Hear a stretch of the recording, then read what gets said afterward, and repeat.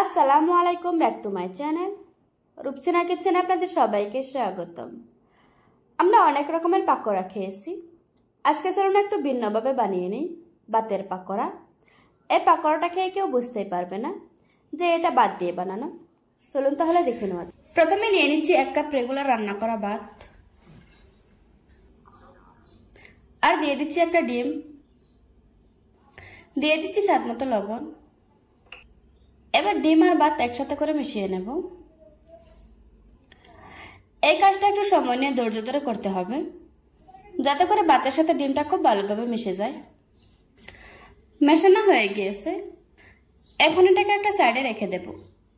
অন্যদিকে একটা বাটিতে নিয়ে নিচ্ছি 1/2 কাপ পেঁয়াজ কুচি, দিয়ে দিচ্ছি 4-5টার মতো কাঁচামরিচ কুচি, তারপর দিয়ে দিচ্ছি 1/2 চা চামচ মরিচের গুঁড়া, দিচ্ছি 1/2 চা চামচ হলুদ গুঁড়া, দিয়ে দিচ্ছি 1/2 চা চামচ চাট মশলা, দিয়ে দিচ্ছি 1 চা চামচ আদা রসুন বাটা, আবারও দিয়ে দিচ্ছি সামান্য একটু লবণ। এবার আমি সবগুলো উপকরণ খুব ভালোভাবে মিশিয়ে নেব। খুব ভালোভাবে মেশাতে হবে, যাতে করে পেঁয়াজটা কিছুটা নরম হয়ে আসে। কিছুক্ষণ মিশিয়ে নেওয়ার পর দিয়ে দিচ্ছি আগে থেকে মিশিয়ে রাখা ভাত, তারপর দিয়ে দিচ্ছি 1 টেবিল চামচ কর্নফ্লাওয়ার, দিয়ে দিচ্ছি কিছু ধনেপাতা কুচি। আমি আবারও সবকিছু খুব ভালোভাবে মিশিয়ে নেব। মেশানো হয়ে গিয়েছে, এবার আমি পাকোড়াগুলি ভেজে নেব। পাকোড়াগুলি ভাজার জন্য চুলায় একটি কড়াই বসিয়ে পরিমাণ মতো তেল দিয়ে দিয়েছি। এখন আমি তেলটাকে খুব ভালোভাবে গরম করে নেব। তেলটা গরম হয়ে গিয়েছে, এখন আমি পাকোড়ার মতো করে বানিয়ে গরম তেলের উপর ছেড়ে দিচ্ছি। আমি এরকম গোল গোল করে বানিয়ে নিচ্ছি। আপনারা আপনাদের পছন্দ অনুযায়ী বানিয়ে নিতে পারবেন।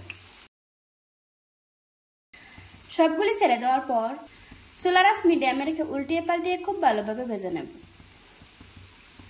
এই কাজটা একটু সময় নিয়ে ধৈর্য ধরে করতে হবে, এতে করে পাকোড়াগুলি অনেক বেশি মুচমুচে হবে।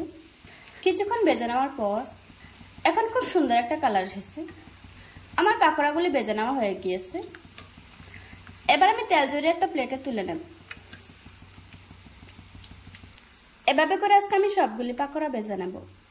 দেখুন বন্ধুরা, আমার পাকোড়াগুলি বানানো হয়ে গিয়েছে। একটা ভেঙে আপনাদের সাথে শেয়ার করছি। আশা করছি আজকের এই সহজ রেসিপিটা আপনাদের কাছে ভালো লাগবে। ভালো লাগলে আমার চ্যানেলটা সাবস্ক্রাইব করে পাশে থাকা বেল বাটনটি অন করে রাখবেন। আবারও কথা হচ্ছে নতুন কোনো ভিডিওতে। ততক্ষণ সুস্থ থাকুন, ভালো থাকবেন। আল্লাহ হাফেজ।